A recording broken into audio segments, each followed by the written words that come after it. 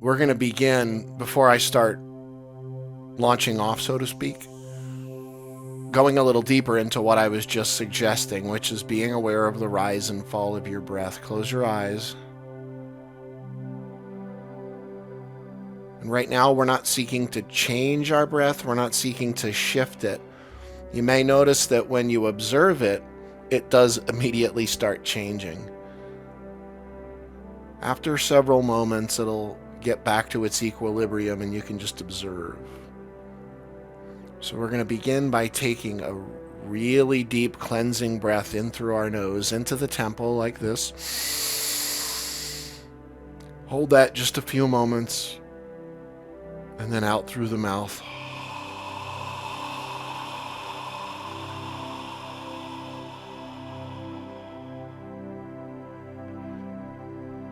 One more time. A big, deep cleansing breath. In through the nose. Hold that in the temple.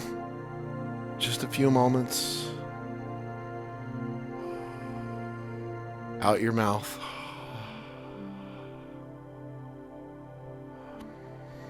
One more breath in through the nose.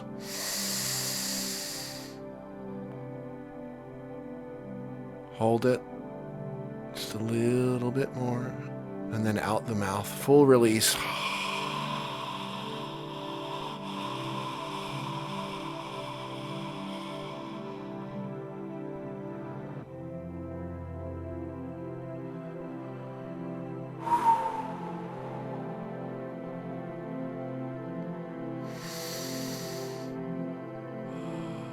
Now we're going to move into some frequency, a little bit of a frequency experience that's going to be might be a little bit odd for you if you've never heard this sound before. It's called Paradigm. I would show it to you, but maybe I'll show it after. It's a tone generation instrument that I use along with toning, and it's really powerful. To be in the same room with it is literally beyond words. But I'm going to use it centering around the frequency of the heart chakra. And I'm going to tone, sort of weaving around that, go into the Aramaic Lord's Prayer. Somebody sent me a message earlier, please tone the Aramaic Lord's Prayer. And it's like, okay, I'll do it just for you, even though I already had that planned. But all you need to do right now is be open, okay? Be aware of the rise and the fall of your breath. Just be open to these frequencies as they're moving through. As I said, it might sound a little odd, or it could sound incredibly familiar.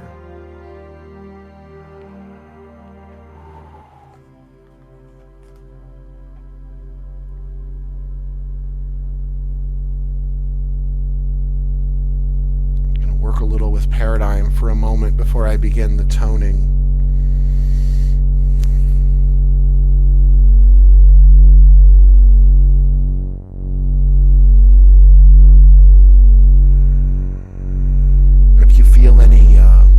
Discomfort, but if you feel any strangeness in feeling, what you really need to do is to breathe in the nose, just like I just showed you,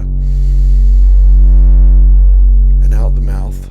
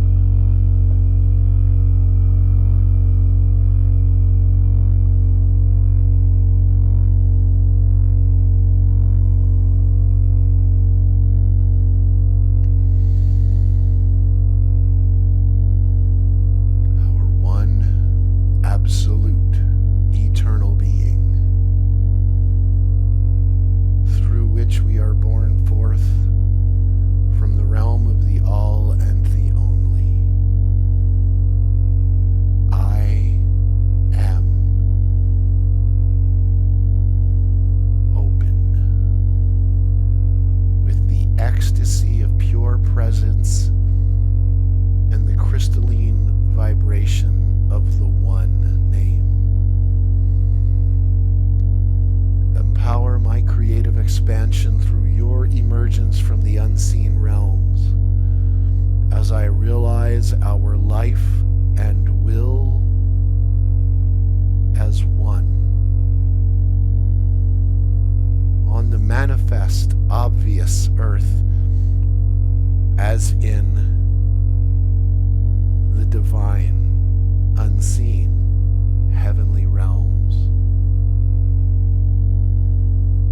Provide the nourishment of clear insight and realization through me now and in each present moment. Release the echoes of my hidden past as I cancel all of my concerns with others. Do not let me lose my true self in forgetfulness, but wholly release me from the errors of my perceptions. For the undivided holiness is the absolute, the all, and the only. And our deep, intimate realization of the gratitude and grace of gleaming, shining, universal magnificence. From cosmic gathering to cosmic gathering, from age to age,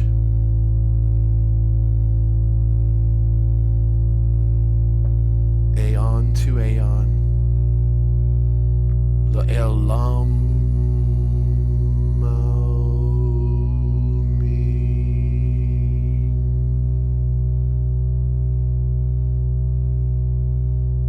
forever and ever, from moment to moment, from now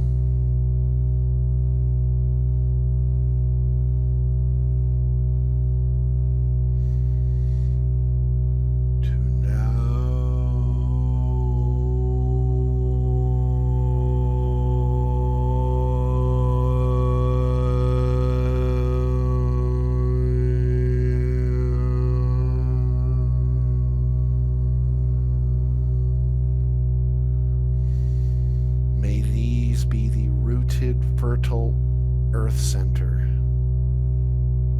My words, my actions, my vibration, from which all of life mindfully flows.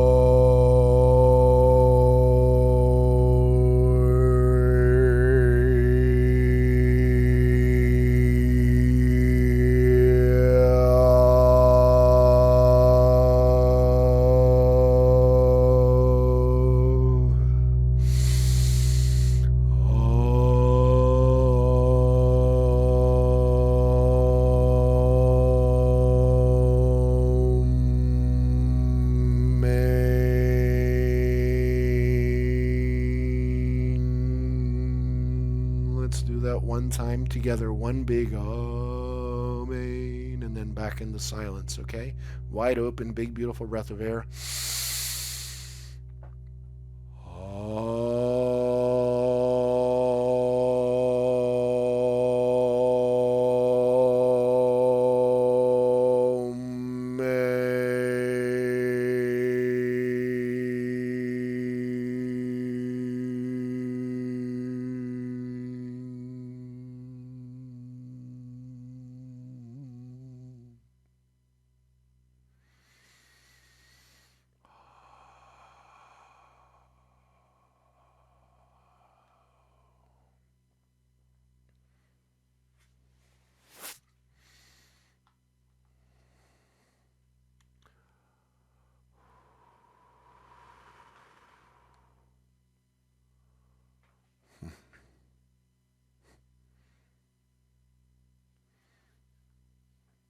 beautiful thing of working with toning and putting it before you're supposed to speak is that it really gets you into the stillness, brings you very, very profoundly into mindfulness.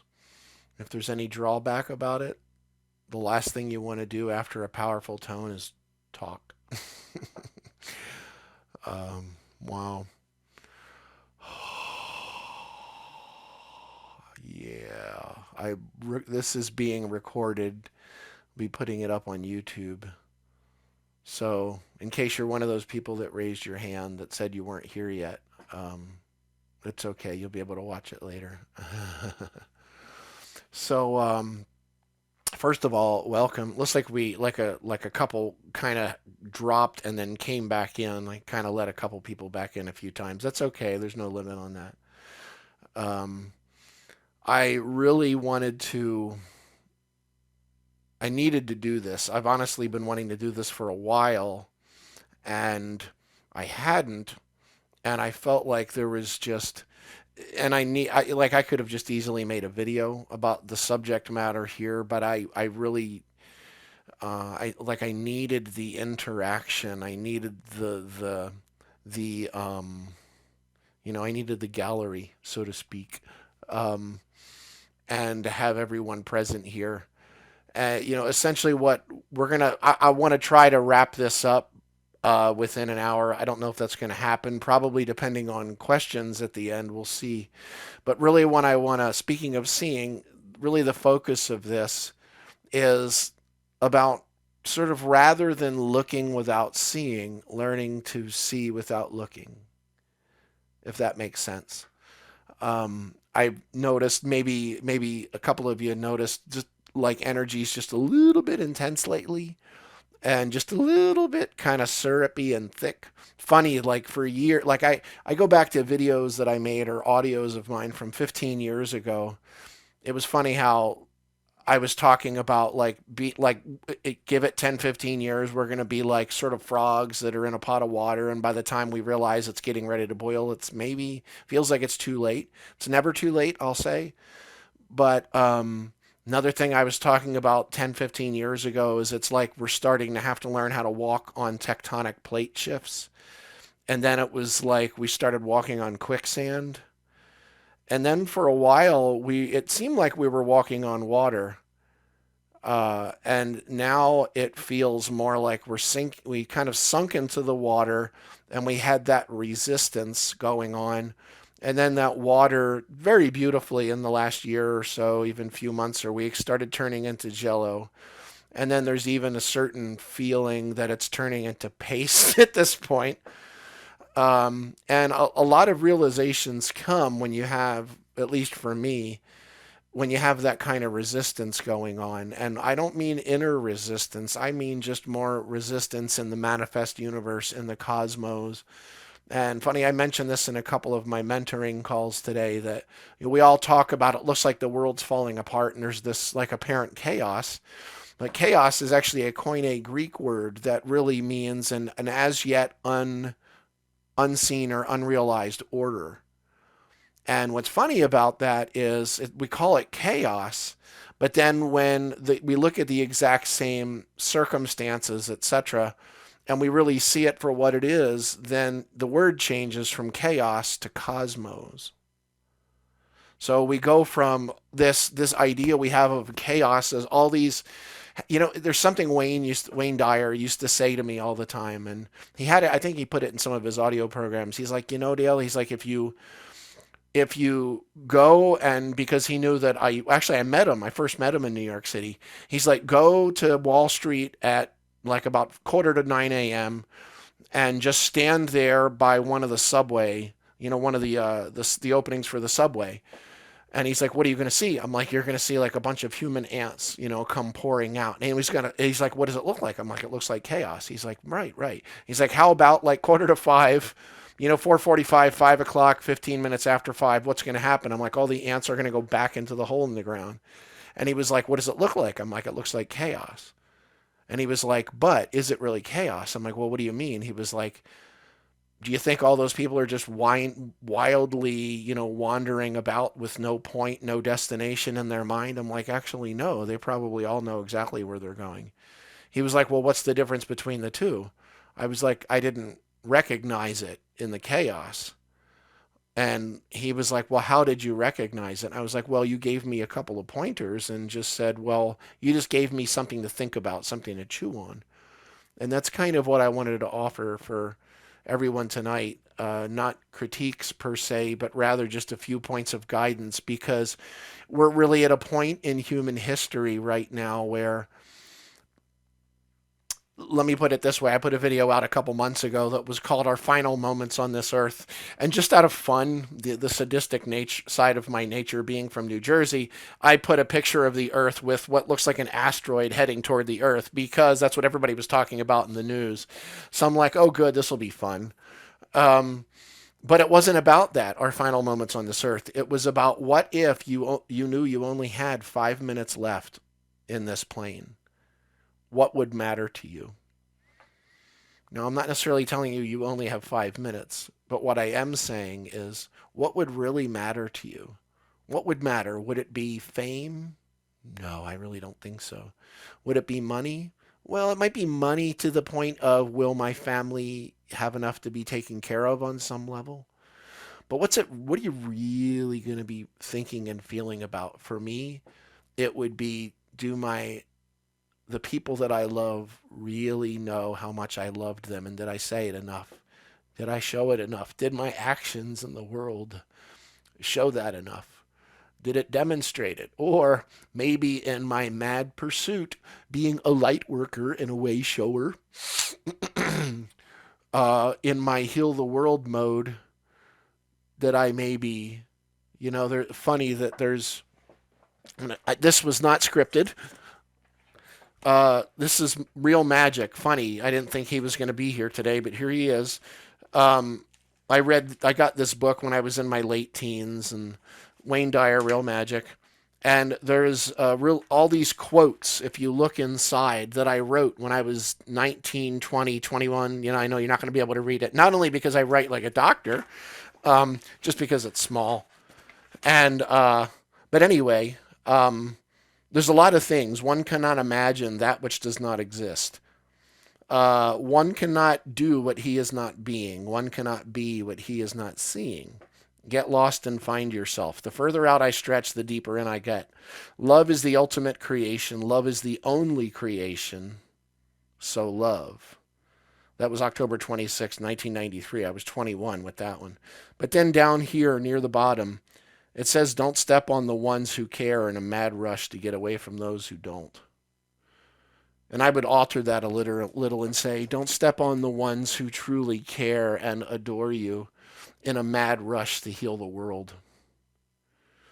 Because it's all 100%, here comes the New Jersey language, utter bullshit. Heal the world mode. And we're going to talk about that on 3 different levels in a few moments.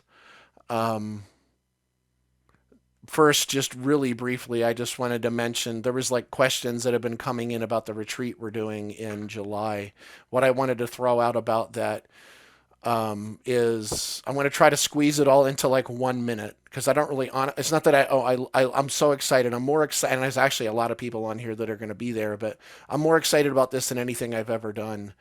And funny enough, the only weekend I could get just happened to be the 21st through the 24th of July. And I'm like, oh God, I wanted to do it in September, or I wanted to do it in August, whatever that may be.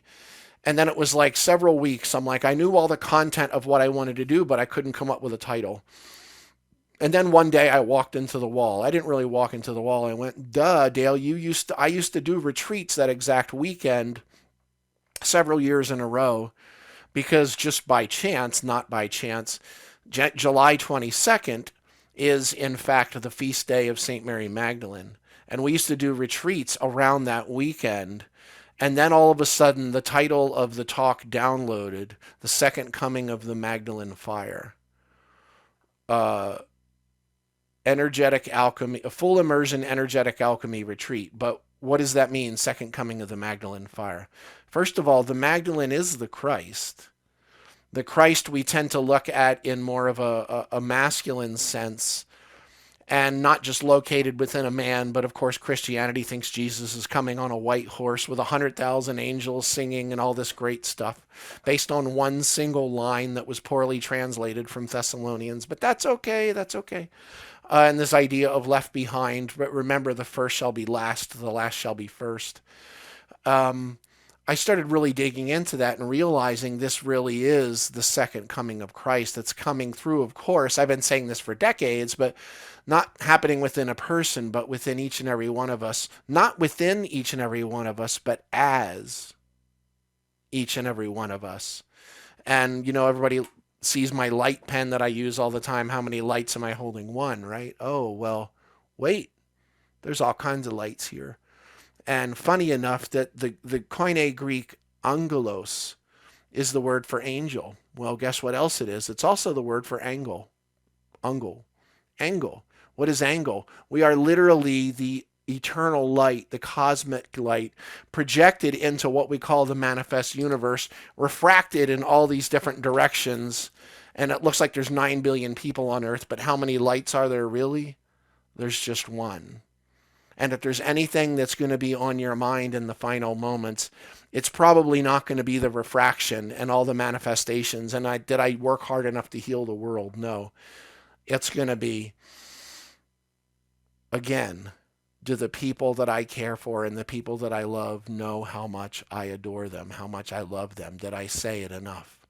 In other words, what I'm saying is we crucify ourselves on the cross of that eternal self that already is what we seek, and that human self, which is that horizontal part that's trying to become more of something that it already is.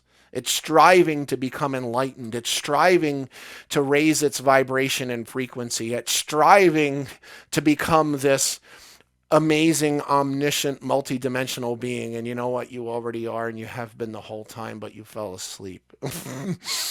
And you got enchanted by the world. So the whole point of the retreat, and this is going to roll me into those 3 points I wanted to make tonight, is basically we're going to fully immerse everyone on the Thursday night in the world, fully embracing the senses. We're going to have one thing we're going to release over the weekend that's going to get thrown into the fire.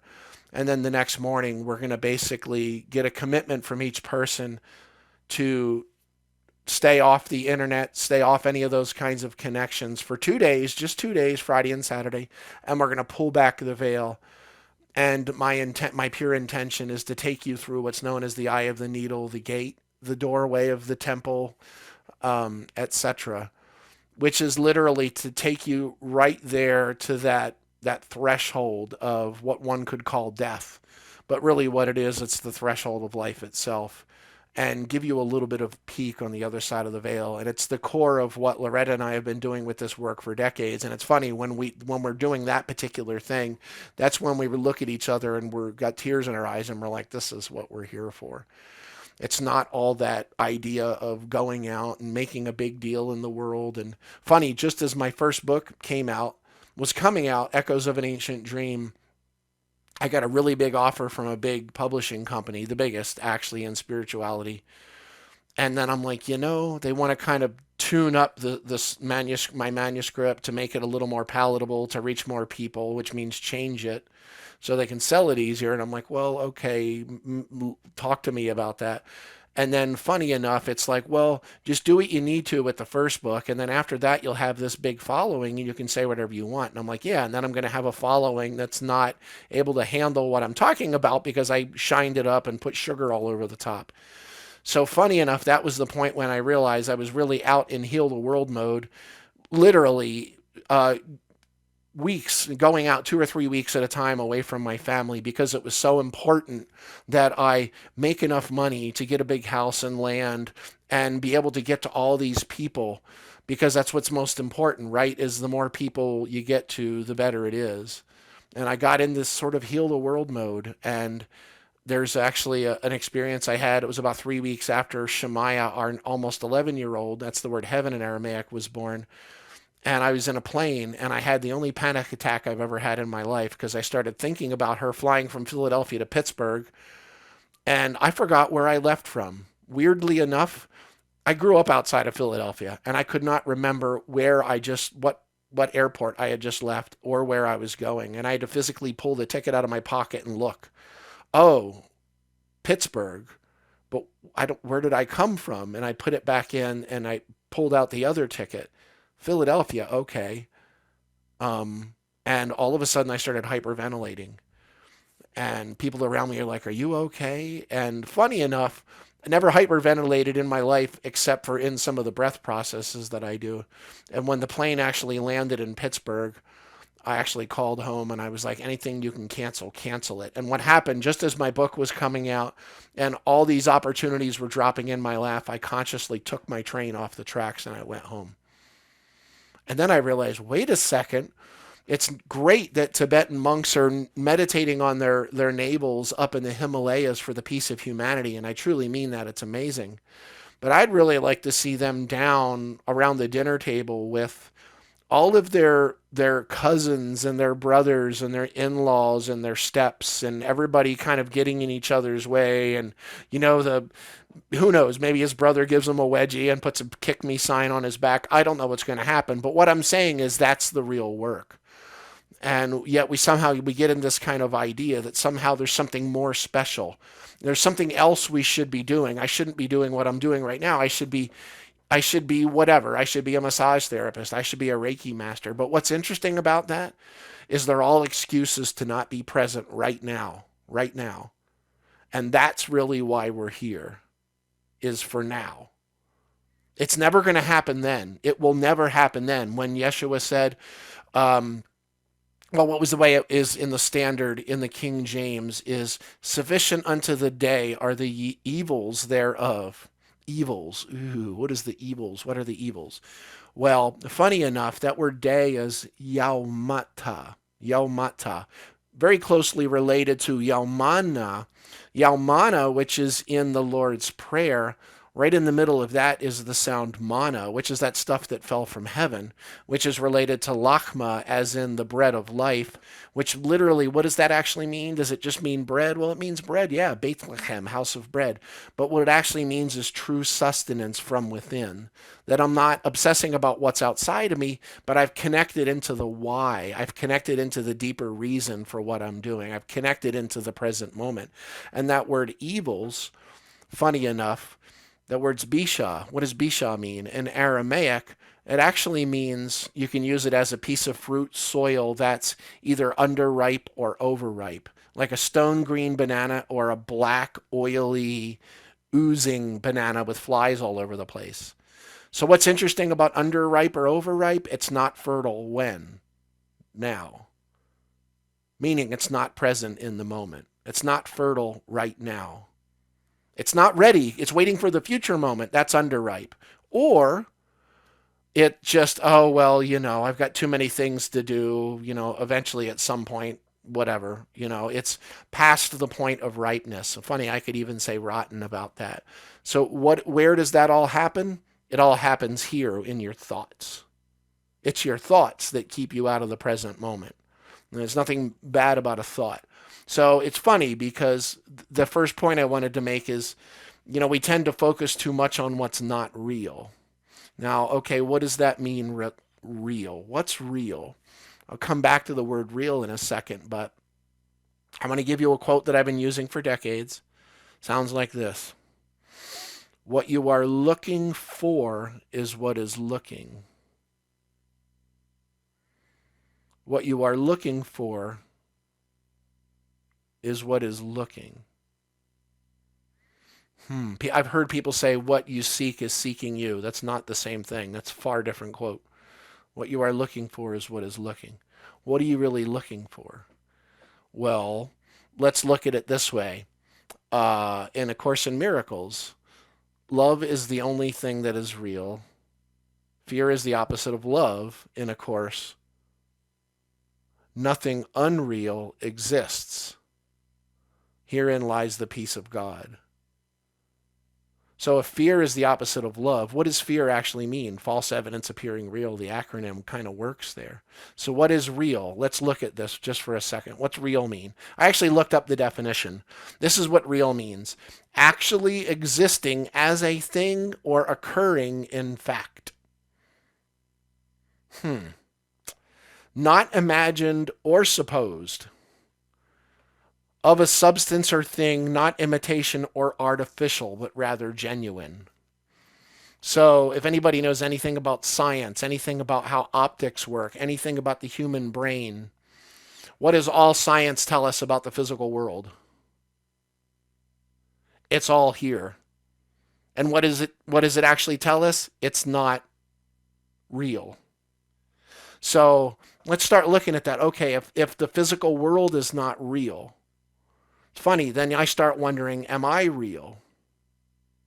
Well, it depends on what you mean. Where are you looking? Here comes a Yogananda quote. And I've said this one many times. He talked about transferring our sense of identity from the pseudo soul or the ego back to the true inherent nature of our divinity and to become the ever joyous witness of a stupendous cosmic drama. So what's the point of this? What are we doing? Are we biting the hook of the movie? So what is the movie? Does that just mean the news? No. Could mean a lot of things. Could mean religion. It could mean a pursuit for knowledge. It could mean, and let's get really clear here. It could mean, to an extent, astrology, astronomy, science. I'm not saying any of these aren't amazing, powerful things. It could be the Kabbalah. It could be the study of Aramaic. It could be the words and the letters of languages, which is what I've spent basically a lifetime working with since I was 7 years old. It could be the fact that the 13th Stargate portal of the crystalline Draco star system is coming through us right now to raise us up into the vibration of the ascension of those beings who only snort organic carrot juice through their left nostril within the first 2 hours of the waning moon. I mean, whatever it may be, my point is that somehow we've got ourselves into this situation of going higher, that somehow F sharp is better than F, that somehow we're going through this graduation, that somehow we're going and moving through some kind of brownie point system up a ladder, and the further up we go to the ladder, the closer we get to God. And it's funny because one of the people in my mentoring, she mentioned to me today, and she did in the last session too. She was like, have you ever noticed that it's always the men that go up on the mountain, but yet the women retreat and the women go within? I'm like, well, of course, that's what men do. We're like a spark of electricity. But what I'm saying here is we're starting to pursue, like we have to fix the world. And we're going to come back to that idea in a second too. I'm suggesting something different here. Funny that Jesus, when he went into the temple and he's flipping all these tables and people are like, oh my God, that shows he was a human, he was pissed off. And I'm like, well, he was a human anyway. And they're like, no, he was born perfect. I'm like, well, then why, when he was 12 years old teaching in the temple, it said he continued to grow in status and knowledge? Oh, that means he wasn't born perfect. And he did say, you can do all that I've done and even greater things. Oh, I didn't think about that. So, but this is I'm going to pull this together with a realization. He goes in and he's flipping. Where's the temple? The temple's right here, okay? Now let's look at this on a metaphorical level. It doesn't just say that he flipped the tables. It said he literally flipped their seat. So what's funny about the word seat in Aramaic is korseia. Korseia. It also means throne, okay? It also means throne. Anybody that's ever seen Isis, she has a throne that sometimes it sits on the crown, sometimes it starts just south of the third eye, which is kind of interesting, and then moves up and comes like this, throne. Well, you know what else that word means? First of all, what is a seat? What is that? What is a throne? It's the thing that we rest ourselves into. And it is that which envelops around us. Essentially, we seat ourselves at that which we could call Zion, which means to project. And the world or the cosmos birth themselves around us depending on where we're sitting. Well, you know what else that word Corsaia means? If I take the Yod letter out the word becomes korsa. You know what that is? It means womb. WOMB. So when he's flipping the womb, when he's flipping the chairs, what he's literally doing is taking the seat that they've had in this cosmos, in this manifest universe, and turned it literally inside of itself. And it's funny. You know what that's called in Gnosticism? It's called Luciferian. It's called Luciferianism. What is Luciferian? I'll give you an example of what Luciferian means. First of all, Satan wasn't an actual person. Satan literally means a being divided against itself. It's the good you fighting the bad you, and then that becomes this changing cast of characters in your life. Satana in Aramaic. The root is sta or sata. And when Yeshua said, if I gave you a light, would you hide that light below a bushel? You know what that word bushel is? Sata. What does that mean? It means to essentially scoop something, scoop cornmeal, a bushel, and remove it from its source. So somehow there's God plus you, or there's the manifest universe plus what's real.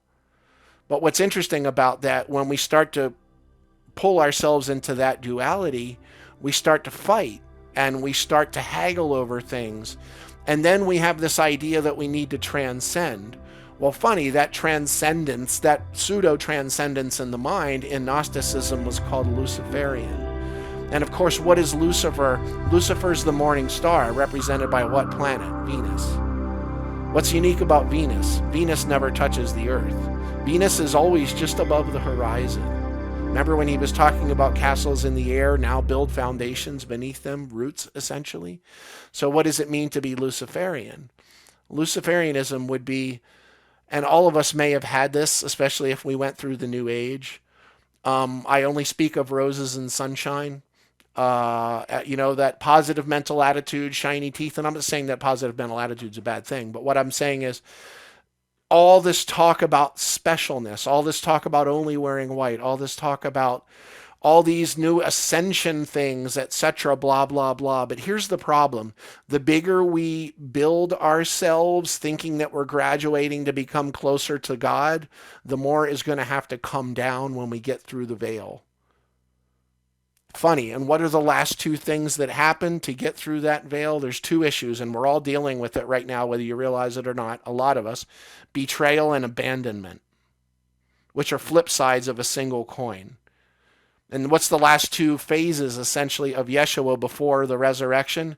Betrayal, and then what happened on the cross. And he's laying there, and he's like, in Aramaic, El lamana sabachthani.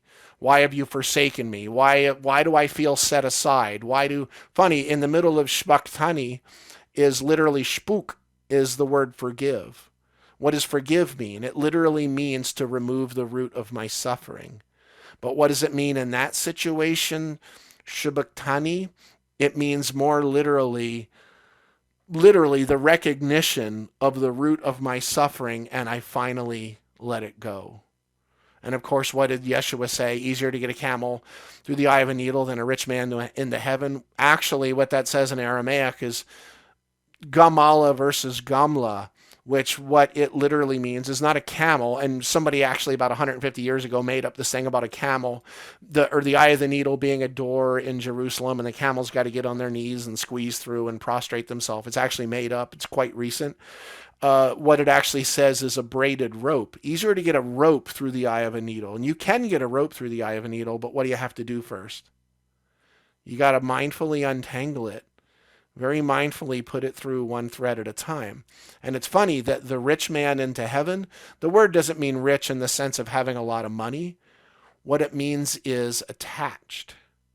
Attached to what? Attached to anything. You ever notice people that have a poverty consciousness, that their houses tend to be floor to ceiling piled up with stuff?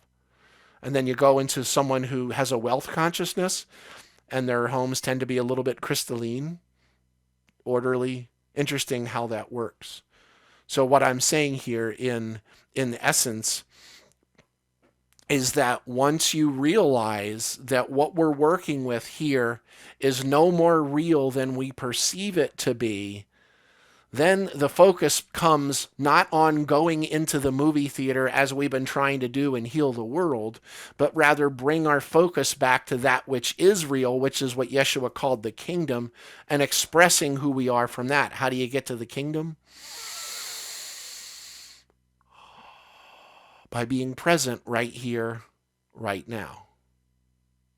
Because what happens when we get into the heal the world mode, what becomes obvious in our mind? That something needs to be fixed, something needs to be healed. So my second piece that I wanted to give you here is we need to learn how to pray. So what does that mean? Learn how to pray. Well, funny that Yeshua, before he gave us the Lord's Prayer in the Gospel of Matthew, is it Matthew 6? He, interestingly enough, essentially told us what prayer is not. He said, prayer is not the words you speak. What? He also said something else. It's not rayanak, which is an Aramaic word that means your mind or your thoughts. Your thoughts have nothing to do with your prayer. He talked about what? He talked about going where. Funny that in the Bible, in the standard versions, it says to go into your closet. So that's what prayer is. It means that you need to clear all your clothes out of your closet, go in and close the door. You know what the word closet is? It's tawanak. Well, tawana is the word. The cuss sound just means your. So tawana, what does that mean? It means the inner space of how you really, truly feel. And understand, we've been living under this mistaken thing, like Descartes said that I think, therefore I am. Nothing could be further from the truth. Or I love Earl Nightingale. He said, we become what we think about. That's nice, but it's not true. Because number one, you've never had an actual true conscious thought in your life. Every thought you've ever had is a delusion of a mind that does not exist. You get what I'm saying? You literally, your brain is essentially false evidence appearing real. And it's funny, your eyes especially. If you want to learn how to get deeper into life, close your eyes. Don't drive like that. But understand that if you're in the woods, as an example, you're walking through the forest at night and all of a sudden there's this huge bear coming at you, like Pa Ingalls in Little House in the Big Woods. And he spends an hour wasting time walking around this clearing, and he gets this big stick and he goes and beats down the bear, and it was a tree stump. See, your eyes will do that to you. Your ears won't. Your ears don't make things up. Your ears will actually try it sometime. Close your eyes and just be aware of listening. Use your other senses other than your eyes. But this, if you ever, let's look at what prayer is. First of all, I'm going to give you a quote here from, I know we're not going to be done by, I can tell, but within an hour, but this is from Dr. John Waterhouse, dear friend of mine. He says, God is not an observer in our lives. God is the consciousness of our lives. As we begin more fully to comprehend the constant and abiding presence of Divine Spirit, we will find ourselves entertaining the notion that our every utterance, our every thought, and everything we express into life is a calling out to God. Every time we curse, we are praying. Every time we are angry, we are praying. Every time someone tells a joke or laughs or lies or cries, what is happening is prayer. Our judgments are prayers. Our fears and phobias are prayers. Spirit is present in the midst of it all. Everything we think, say, and do is a prayer, and every bit of it is having a direct and significant effect on our lives. But I'm going to add something else into that. Have you ever had a situation where someone comes up to you and says, how you doing? And you go, I'm good. But yet, deep inside of yourself, you have that thought, maybe not even a thought. It's not strong enough to enunciate into a thought, but you have that feeling, actually, I'm feeling kind of crappy. But I need to put on the happy face, right? I'm a spiritual being. I need to keep myself up. Well, guess what? According to Yeshua, your prayer is the predominant frequency pattern. Your words and your thoughts are about 2% of your iceberg. And funny enough, that's what we do. That's what the publicans did. They would throw their prayers out into the square and everybody would, oh my God, so amazing. You're a great holy man in those prayers. But your prayer isn't just your 2% of your mind and your words. 98 more percent of what you are is down in the darkness. Now, what does that mean? It means this. Your thoughts are not power, have no power of in any way whatsoever. Your thought is in truth according to the ancient philosophies, and I've seen it, and if you think about it, you'll see it too. Your thought is actually the crystallization of how you feel. Now, when I say feel, I don't mean emote, happy, sad. I'm not saying that. This is what feeling means.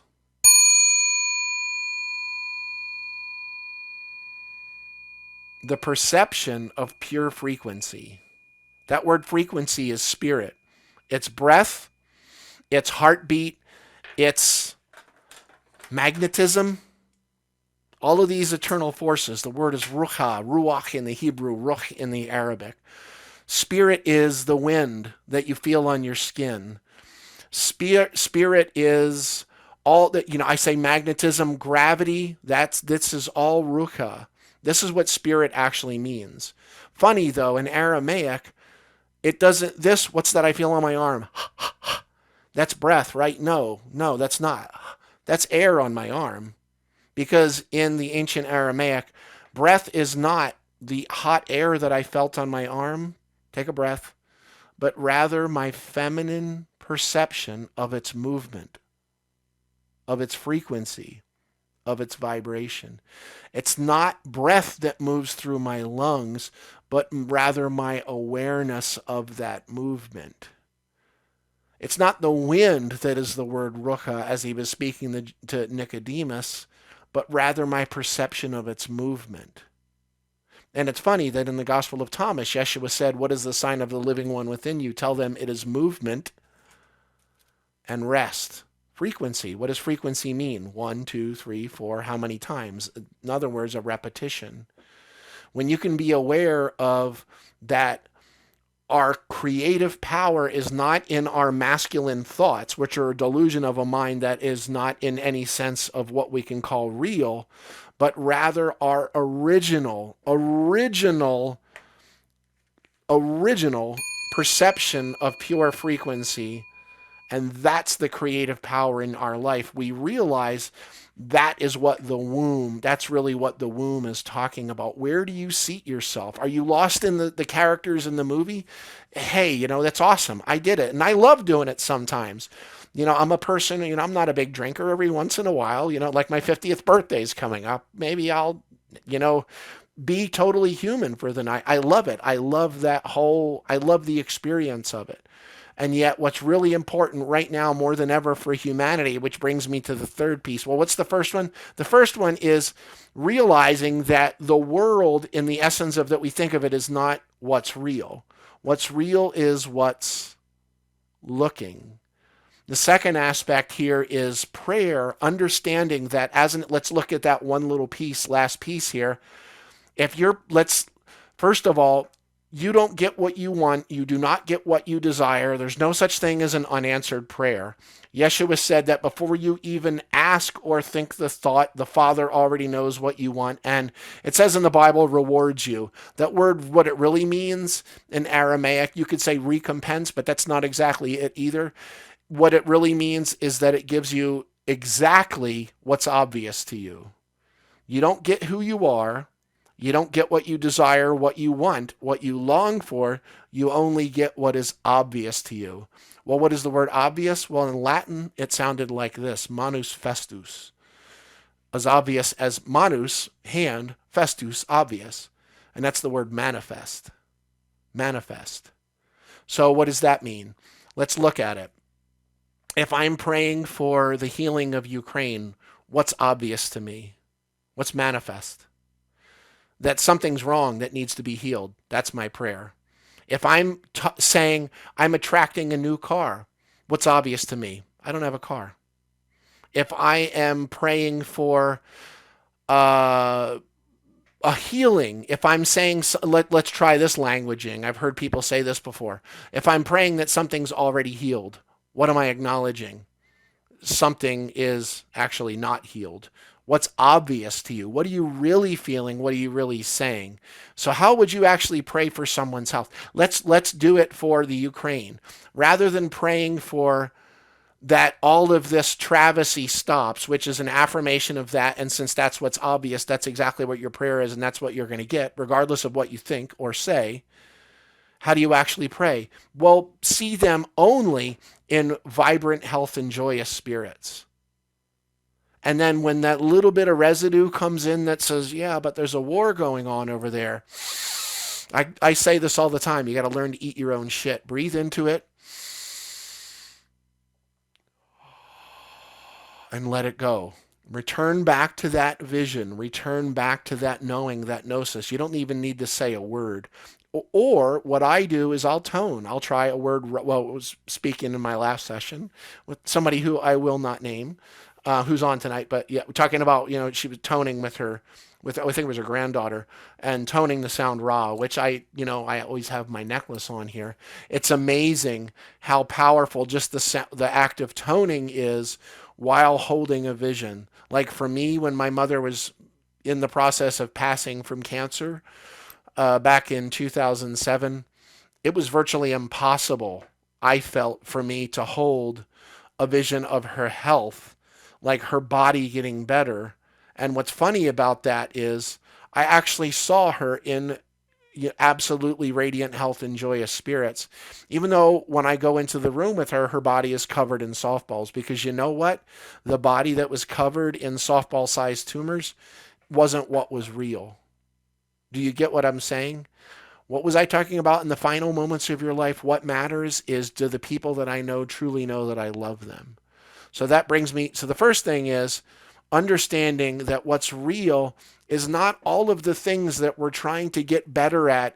I'm not saying don't try to be a better person. What I'm saying is you're not going to find it in a book. There's no magic technique. You know what the magic technique is? Sit exactly where you are, be aware of the rise and fall of your breath, and pay attention. Be present in the moment. If you take care of that, the next moment's going to take care of itself. But there is no such thing as the next moment, just like as there's no such thing as the last moment. All you really have is what you've got now.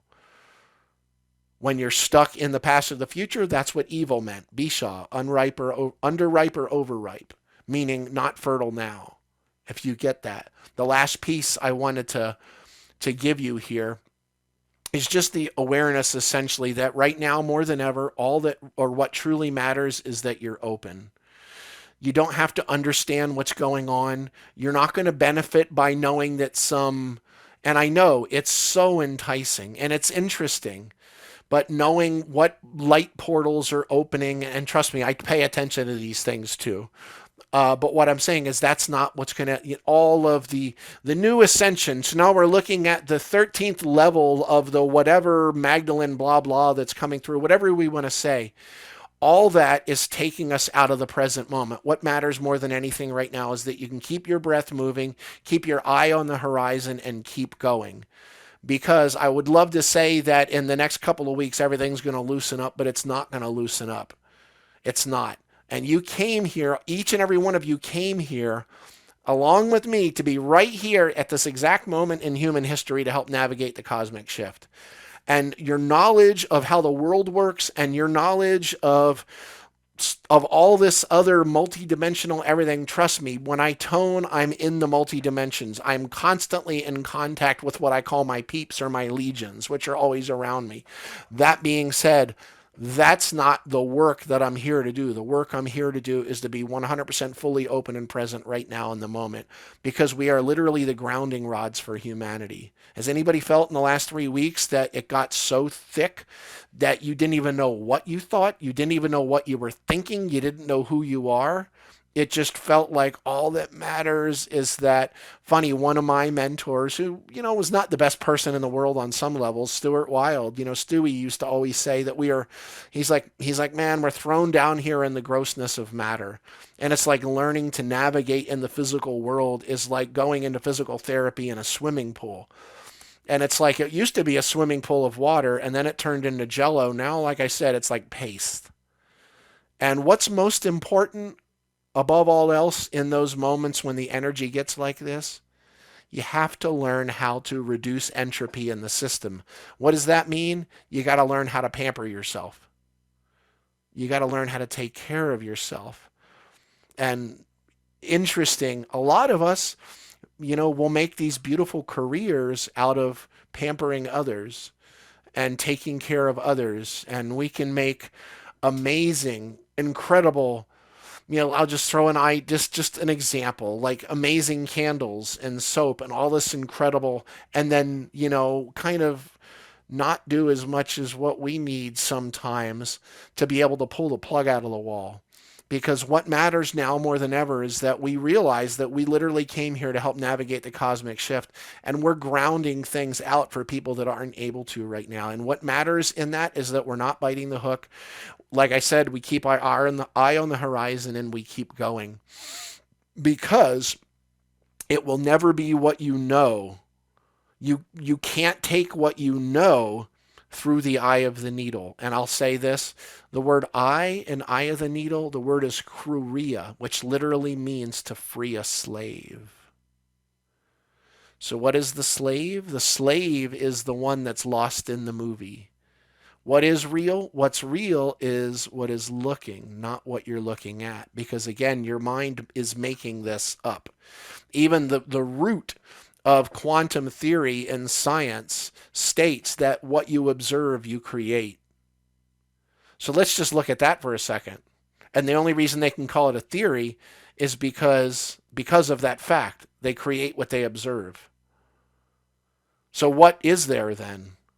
If all that you're getting is what's manifest, what does manifest mean? Obvious. So in other words, what I'm saying is now's the time to connect into what are you really feeling, what's really going on within, regardless of your words, regardless of all your marketing, regardless of all your idea that for some reason you need to be on every freaking social media platform, and that you need to put out 12 videos a day, and you need to have 300,000 followers on something. Regardless of all of that, it will mean nothing. It will mean absolutely nothing when you get to the gate, when you get to the eye, when you get to the door. Funny that Yeshua said, I am the gate. That word gate is tareya, which literally means portal. Portal. Same word when it says in Matthew 27:51 that the veil, the ape, tareya, the haikla, the veil in the doorway of the temple was rent in twain from top to bottom. And I'll say this, when he said, I am the gate, he didn't say, I, Jesus. That would be just Ana. He said, Ana, Anana, or Ana, Ana, which literally means the eye within the eye behind the eye inside of the eye. That's the gate. That's the light of the world. That's the bread of life. So what am I saying? What you're looking for is what is looking. So more than anything right now, if you forget everything else I said, what's most important, I feel, at least for me, is being aware of that. And when you feel that the trauma of life is getting too intense, you feel that your lens is too dirty, stop looking through it. How do you do that? The next few weeks, the next couple of months here are going to be such a time that it's going to be more important that we're open and that we keep going, and then we keep entropy, as in overwhelm, down in the system. It's really important. That's the reason I'm doing this call, to remember there's no amount of your intellect that will be able to help you. The only thing you can do that will be able to help you is to be open. What's that word in Aramaic? Eitfata or eitfatak. Funny, that's what Yeshua said before he would heal people. So, with the understanding of that, it was important for me to get this out there. I didn't want to do it like just by making a video, because I wanted all your beautiful faces and everything. And I'd like to actually open for some, allow participants to unmute themselves. Oh my God. I'd like to open up if anybody's got a question. So let me throw that in really quick. Number one is, actually, I see a couple questions here, or one question. One is, let go of the world, essentially. Be the love radiate that love into the world. Stop fighting all the things in the world, because the more you fight, the more you are literally manifesting the thing that you're against. Wayne always said, whatever you're against weakens you, whatever you're for empowers you. The second thing was realize that your prayer is what you're really, really, really feeling. Not your emotions, not your thoughts, not your words. Those are all a piece of it. But the primary power of your prayer is what you're really feeling, the part that you don't enunciate, the part that you do not admit in public. That's the seat of power. What's happening in the womb, etc. And then, of course, that third piece that I was throwing out there was essentially just realizing that more than ever right now, what's important is to stay open. It's to be open, all of the understanding. It's funny, there's this phenomena in Asheville. It's kind of like Sedona. Like someone will show me their business card and it has like 12 flaps on it. And they'll be like 10 different levels of Reiki Master and 13 different levels of any energy work and 2,300 levels of craniosacral. And it's funny, I see all these accreditations and then I wonder which one was enough? Which was the one that you got when you went, ooh, that's enough? Oh, I'm not done yet. I've got this. I'm finishing that one. Finishing that one. Do you understand what I mean about all these different reasons for not being open in the present moment? It's what people. I'll end this piece with this from Rudy Rudiger. Yes, that Rudy Rudiger. Rudy. He said people don't care how much you know until they know how much you care. That's huge. That's big. Can I speak more on the veil and the betrayal and abandonment? Yeah, I'll throw this really just briefly out there that betrayal is, interestingly, in the Jesus story. What happened? What's the last couple chunks that happened? Betrayed by Judas, although it doesn't actually say in Greek or Aramaic, parade domi or mashalam, that he was betrayed. It just said he did what was asked of him. And then abandonment. Interestingly, pretty much almost everybody I know is going through some level, especially if they're in relationship with different people and they're not so much of a loner right now, although loner is good. I love loner. I'm sort of a hermit at heart, but um, there's like this interesting abandonment and betrayal thing, sort of like Will Smith betraying Chris Rock betraying Will Smith, and then Will Smith having to abandon his wife. First, he betrayed her because he didn't laugh. And I mean, I know this is all pop culture stuff, but this is microcosm, macrocosm. And then he had to abandon her to go defend his own honor, which is what betrayed Chris. And then, of course, Chris felt abandoned because he never got a public apology from Will. And of course, Will felt abandoned because Chris never apologized to him or Jada. And then, of course, looking at a much wider thing here, the Ukraine obviously feels betrayed because Putin said he wouldn't go in. And then, of course, the Ukraine feels abandoned because they feel like the world's not coming in and doing what they need to do, when in truth, the world almost can't move in physically, because then you were talking about, of course, World War III. And then, of course, Putin feels betrayed by the rest of the world who didn't let him talk the way he's wanted to, or, put his thoughts out for the last 20 years. And then, of course, he feels abandoned and singled out, which, of course, resonates Kim Jong-un, who feels abandoned and betrayed and singled out. But what I'm saying is it's interesting that in the Gospel of Thomas is a good example, talks about being solitary and elect. And if you notice, right after the abandonment, of course, Yeshua ends up on the cross, or right after the betrayal, the abandonment is that final thing that you're going to feel in your physical body. What does that mean? It's the final veil. What do I mean by that? What I mean by it's the final release of the physical world within your awareness. It's that final veil where you realize that maybe, just maybe, I feel on some level like I just wasted my entire life, except for that little teeny tiny bit that was about truly loving and honoring those people that were most important to me, that I turned my back on because I was out there in heal the world mode. Do you understand what I'm saying? And I'm saying this from personal I'm literally saying this from personal experience. And that abandonment is, it's funny. You've all been to the eye of the needle. We're going to do that in the retreat. We're literally going to take you there. But you probably felt, if you've been to it, like you were falling backward off a cliff with your eyes closed. Like maybe in prayer meditation and you feel almost like you're falling. That's an aspect of it. And it has a very disoriented feeling. Funny that in order to get through the door's not in front of you. It's not masculine. You can't see it coming. It's actually behind you, but the only way it shows up is when you're fully present in the moment, and when you least expect it, she puts her arms around you and you slip through the door. Backward and inside out is the best way I can put it, and come out almost as a mirror of yourself. And that's actually what the Gospel of Thomas wasn't about a twin brother that wrote it. What that means, Tumas in Aramaic, Didymus in Greek, it doesn't just mean twin brother. What it literally means is a mirror image or reflection. So we're all used to the Jesus that's out here in the world. Well, we're going to show you the mirror world Jesus as an example that's really in on a much deeper level. So I have a question. What does Ephphatah mean in connection to Jesus saying as he healed a person? Is it the ear behind the ear? Did you mean eye behind the eye? Yeah, everybody. Most people don't know that behind our human ears we have another set of ears. No, I'm kidding. Um, no, Ephphatah literally means be open.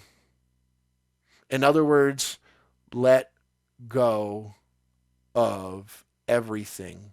Let go of your beliefs. Let go of your desires, let go of your longings, let go of your knowledge, let go of your wisdom, let go of your PhDs piled higher and deeper in BS, let go of your accreditations, let go of your everything, your possessions. Truthfully, even let go of, in order to get through, you have to even let go of all relationships. You have to trust me on that one. You got to trust me that if you have with a knowledgeable guide, they'll work with you to understand that the only way to get through that door is to essentially fall backward with your eyes closed off of a cliff. So when Yeshua was saying be open, he was saying drop it all. And then funny enough, afterward, he said, oh, now you see your faith has made you whole. I'm not even going to go into the word faith in Aramaic, ha'iman uta. There's so many levels and layers to it, ha'iman uta. But what I will say is, what he was really saying to them was, look, now you realize, essentially, faith is, without spending a lot of hermeneutic time on the word, literally means the authentic nature of your true being. If you have faith in something, that's not faith, that's belief. That's haimin or mahaiminun. There's different words for that. And it's funny because haimin or hymen, people know that word in English, and they'll go, whoa, what are you talking about, Dale? Where are we going here? Funny that hymen is an ancient Aramaic word that means, it was an idea of the Essenes, and this wraps in with the idea of faith. That there is warazo. It's an interesting word, warazo. It's at the end of the Beatitudes, and it was translated as exceedingly glad. Horrible translation. But what it actually means, that the Essenes believed that when you become so, essentially your ego, and all ego means is your individualized self, your individualized identity. It's a Greek word. It doesn't mean all the things we've projected onto it in the last couple thousand years. But when your ego becomes, your individualized self becomes so thin, and you stretch out as completely as possible, that the tips of your fingers will, the Essene said, touch the tips of your toes. Your brain can't handle that thought. Meaning that when you're as thin as you can possibly go, with the temple being what's known as the pinnacle of the temple. Where's the temple? This is the temple. It doesn't mean climbing on the top of a tower. It means that the energy body is so open that you literally feel like a balloon about to burst. That's the exhilaration of death. That's the thought of abandonment. Well, what that is they were saying is that when you get yourself stretched that thin, that you literally become a resonant membrane for the cosmic vibration. Only when you bring yourself to the point where you have faced your own death and your human identity is that thin, do you become literally almost like a cosmic vibration drumhead of sorts? Interesting. And that doesn't come from the acquisition of knowledge. Even the word gnosis, that people say knowledge, it doesn't mean knowledge in the way that we know of that word today. What gnosis in modern words, I don't know how I would even translate it, but the closest I could probably come is absolute. I don't know how else to call it. I used to talk about a oneness. I don't call it a oneness anymore, and I call it an absolute. Absolute only. If I say oneness, the brain thinks two. So what gnosis is I can't even say direct realization because that's two things coming together. I can't say knowledge because in order to know, there must be a knower and a known. That's still two things. But we're not looking at two different things. We're not looking at, like I said, millions of people or billions walking the earth. Really, there's only one that are refracted out into all these different apparent directions and all these different people. So that's what we're really here to do, is to wake up in the movie theater. We're not here to fix the movie because the movie isn't what's real.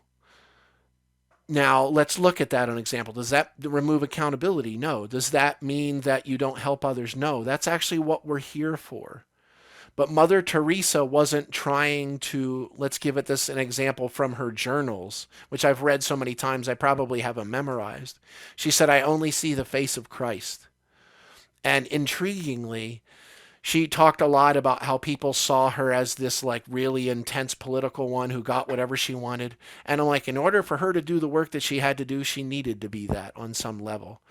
And then, of course, when you really look at it at its depth in truth, how many of us would mindfully go out and pick up a dying man from beside a dumpster in the streets of Calcutta, bring him back to the monastery, pick off thousands of maggots that are covering his mortal coil, wrap him in blankets that are sprayed with essential oils, and hold him through his final moments on this earth? So, was she going out and trying to fix something that was broken? I wouldn't exactly call it that. She was.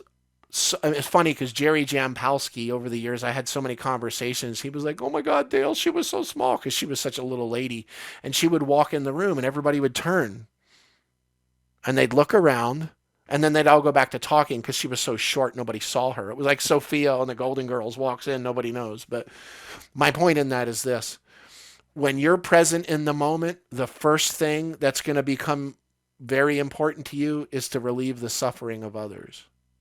It's natural.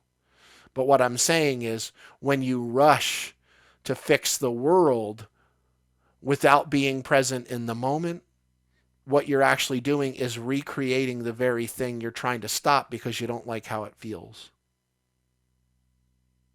Kind of like in an expression circle in retreats. I tell people, if someone's going through something and people want to rush and touch, I'm like, no, leave them be. Leave them be. Because if you're honest with yourself, you're not just trying to console them, you're trying to keep down what's coming out within you that doesn't like the way you feel right now.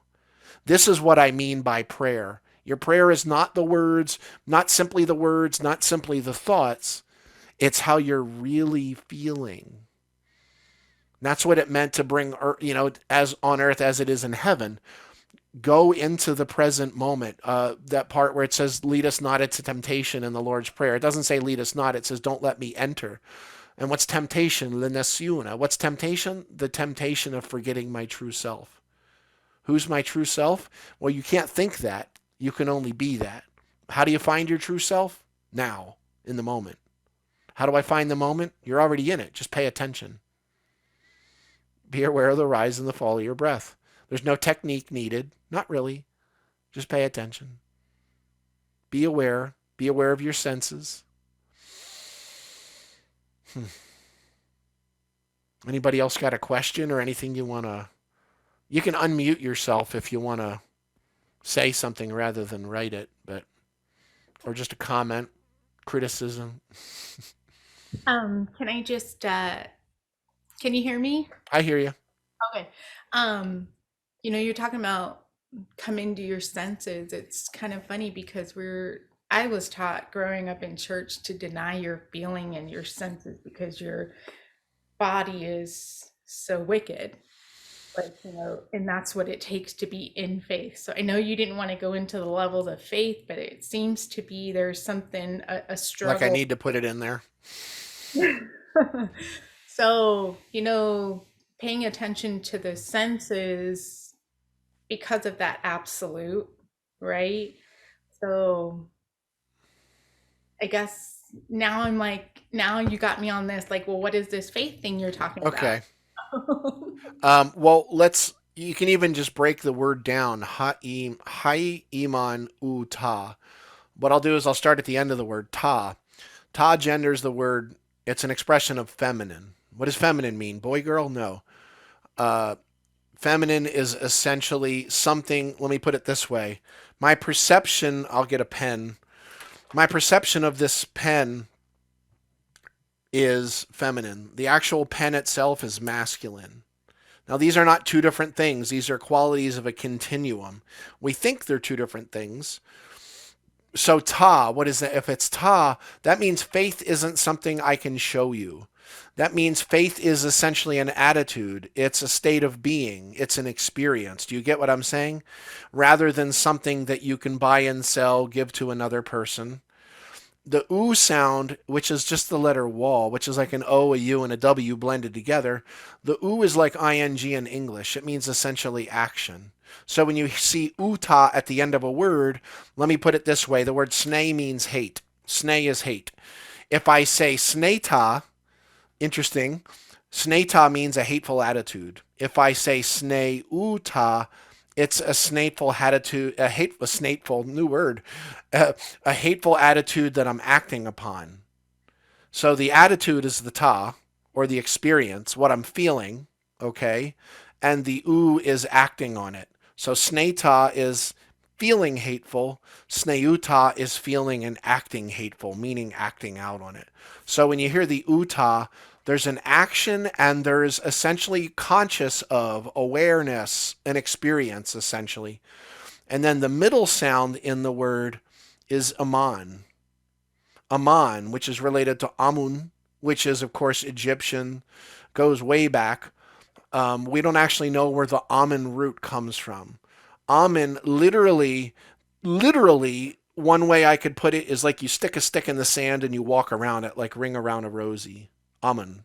Of course, it's the root of Amen. It's the root of Iman, which is still the word for faith in Arabic today.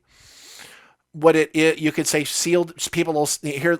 I'll give you theological ones, although the, theology is dangerous. It can take us to a certain place, but it doesn't take us all the way. It can't because it's a concept that we have a relationship with. So theology can be very, what did Rumi called it? That trickery of the mind. Lay your beautiful words around you and sleep. Talking about theology, but in the theological sense, you could say sealed in faith and trust. It's kind of like saying this is absolutely what I'm saying, but literally, it literally means something that's rooted or literally grounded into the earth and everything's flowing from that earth center. Funny too, because it also meant cubit in the time of Yeshua. So what's cubit? Cubit is a form of measurement, kind of like here to here. So, what's interesting about rooted, fertile earth center, anchored in the earth, sealed in faith and trust, cubit, all these have a quality of something very absolute. Something that's not kind of floating out here in the ethers, but is very grounded and absolute. So, we've got that grounded or rooted center, we've got the action, we've got the being, and then the first sound is hi or hi. Generally, it's hi, but a lot of times in Aramaic, the het comes in, which is the more guttural sound. The ch. So ha'imanuta or haimanuta. Yeshua said, "I come to give you haya and give it abundantly." What's the word? Life. People say lachayim to life. Okay. This is the temple. You know what the word for temple is in Aramaic? Haikla. Haikla. which is what? An embodiment of energy. So here we've got essentially energy or conscious. Really, I come to give you Haya. I come to give you conscious life energy. I come to wake you up to the realization that you already are what you're looking for, that you are the energy, the essence of life itself, regardless of all of the manifestations of the movie that you're in right now. And you're trying to become more of it, which is why you're stressing out because you think you should be a better person, but you're not a better person because you are coming from the evil one. What does that mean? You're coming from your thoughts. You're coming from the movie and all the characters and all the stuff going on when none of it's real. What's real is. So we have Hai Iman Uta. I'm going to give you an example of what that means. If you have faith that something's going to happen, you have zero faith. Because exactly like your prayer, you're looking at what you don't have. People, and it's funny that it says in Hebrews or Roman, I think it's Hebrews, might be Romans, where it says faith is the substance of things not yet revealed to the physical senses. That's pretty deep stuff. What's funny about that is you already are that, but you may not necessarily see it in the physical senses. If you have it in your head that you're waiting for it to show up or you have faith in it showing up, it's not faith. Faith is, as an example, Mother Teresa on the streets of Calcutta. Faith is, as an example, I use it in some of my videos. Carlos Santana hits a note on a guitar and it goes, and I mean, I've got guitars all over my office. If I were to flip my camera around, you'd be like, my God, what do you spend your money on? Um, and he just starts that vibrato going, and his heart's wide open and he's not thinking, did I leave the gas on? He's not wondering that he should be somewhere else. He's so wholly, fully open in the moment. Faith is a baby in those first moments of life, those first hours, days, when there's just that. When Yeshua said be as a child, he didn't just mean like a kid that can let things go. I really think he meant be as a newborn. I think that's what he really meant. That's what heaven is. That's heaven on earth. Faith is that. Faith is someone doing, it could be a 92-year-old woman scooping ice cream at Baskin Robbins, and she's not thinking about anything else in the world that she should be doing. And you meet her, and you literally feel healed in her presence because the only thing she's thinking about is what she's doing right now, which is serving you the best damn ice cream cone you've ever had in your entire life. And then every time you drive by that Baskin Robbins, your head goes, that's where that lady works. Oh, that's where that lady works. And you keep going back. You're not going back for ice cream. You're going back for a healing. What is a healing? In truth, in the words of Ernest Holmes, there's nothing to heal, only truth to be revealed. Well, that truth to be revealed is faith. It's you when you're at your core essence and you're not seeking for something else to be happening in the moment. You're wide open and you're expressing. And it doesn't matter if you're laying concrete or building houses or making ice cream or candles, whatever it is. What matters is that you're conscious of it. And that's faith. So when he said, your faith has made you whole, what he was actually saying is chazi, which doesn't mean see as in look. What it means is realize, behold, completely actualize that essentially you were never sick in the first place. You were just looking in the wrong direction. You believed that you were diseased. And because that's what was obvious to you, you were. Which is why he says, be open. He's saying, let it all go. And then he also said something else after. He said, don't go back home. Because your brothers and I'm paraphrasing, your brothers and your sisters are going to smack you on the side of the head and say, oh my God, you were not healed. Come on. No. It's going to come back. It'll be back any second. Just give it a couple of seconds. Trust me, if I talk about it long enough, it's going to come back. Interesting how that works. He said, give it some time. Go out somewhere else. Don't go back home. And it's funny, too, that kind of goes in line with, the prophet is not truly recognized in his own, in his own clan, tribe, city, town, etc. There's an aspect of that in that, too, because people hear what I'm doing now and they're like, Dale? Like Dale, like light the guitars on fire on stage, smash guitar amps into each other, like Dale, play guitar with his teeth. Dale, right? He's doing what? Are we talking about the same guy? It's like, so I had to move away to do all that. I had to move from New Jersey to Florida to kind of open myself up. It's not true exactly, but Anyway, does that make sense? Is that kind of what you were asking about faith? Faith is us when we are being wholly, fully authentic and present in the moment. That's it. Yes, Anybody? that's Anybody? exactly what it was. It's like it's always been put out there when it's And if within. it's out there, it's not faith, it's belief. Yeah, so it definitely connected for me. Yeah. Thank you. Well, I'd love to say that I think things just, all people are well intentioned and things just got misunderstood, even though people are well intentioned. But I studied enough about the Bible to know that it wasn't all good intentions. Um, I don't know. But, we're waking up to it now, and that's what matters, regardless of what happened for 2,000 years plus. So, yeah, well, I said I'd be done by 8. It's 8:35. It's close enough. Anybody else got something you want to throw in there or comment, critique? Woo! Cool. So,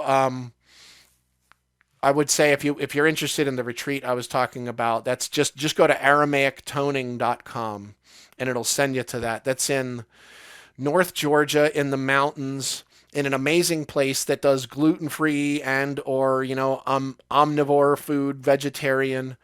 They've got really beautiful accommodations, anywhere from like a really nice private room with a king bed all and private bath, all the way down to tent. You can sleep in a tent if you want. But we're going to be like the I don't want to say baptism, but the water blessing is going to happen at the base of 100-foot tumbling waterfall. We're going to have like storytelling around the fire in the evenings, like a lot of breathwork paradigm, which is that I can actually show that this is just the top part of the unit. Oh my God, what is that? That's what that sound was in the beginning. You can, and I'm not trying to sell you. I really am not. I'd love to have anybody there that feels they, should be there, but you can put a deposit. I think it's like 40% down and slowly pay it off for the next. I think it has to be paid off by like a week before or something. Other than that, the mentoring's there. We've got different like 777 for 7 sessions, or I don't remember what the others are. 1400 for 12 sessions. I don't remember the numbers. I just work here, so just kidding. It's been an honor. It had everything to do with having all y'all's presence here. Um, if you literally, I'm just gonna throw this out. If you don't have somebody else to talk to, call me, text me, write me a letter. Nobody's written me a letter in so long. Not real ones. It's like that stuff you get in the mail and it looks like a check and you open it up and it's just like some sort of BS ad thing. It's like, I thought it was a real check. And then it says, this is not a check. Well, then why'd you make it look like a check? It's the only reason I opened it. So I love you all so much. Um, just spread the word, essentially. Just the key right now is just stay open, keep going, and realize that you already are what you're looking for. And what is that? It's love. And I'm not placating. I'm not being new agey. I'm being literal. It's who we are. And all this crap we piled on top, none of it's real. And that includes the trauma, the pain, all the junk between two people in a relationship, all the junk between people at work, all the junk between the ultra conservatives and the ultra liberals. It's all BS. It's all belief systems. None of it's real. So I love you all very much. Thank you for being on. I'll have this on YouTube. I don't know, at some point. Anyway, I will be. We're gonna be. If you have anybody in Glastonbury, we're gonna be in England and Wales in a couple of weeks. Loretta and I, which I'm excited about. So, anyway, awesome. Love you all. Bye. Thank you, Dale. Bye.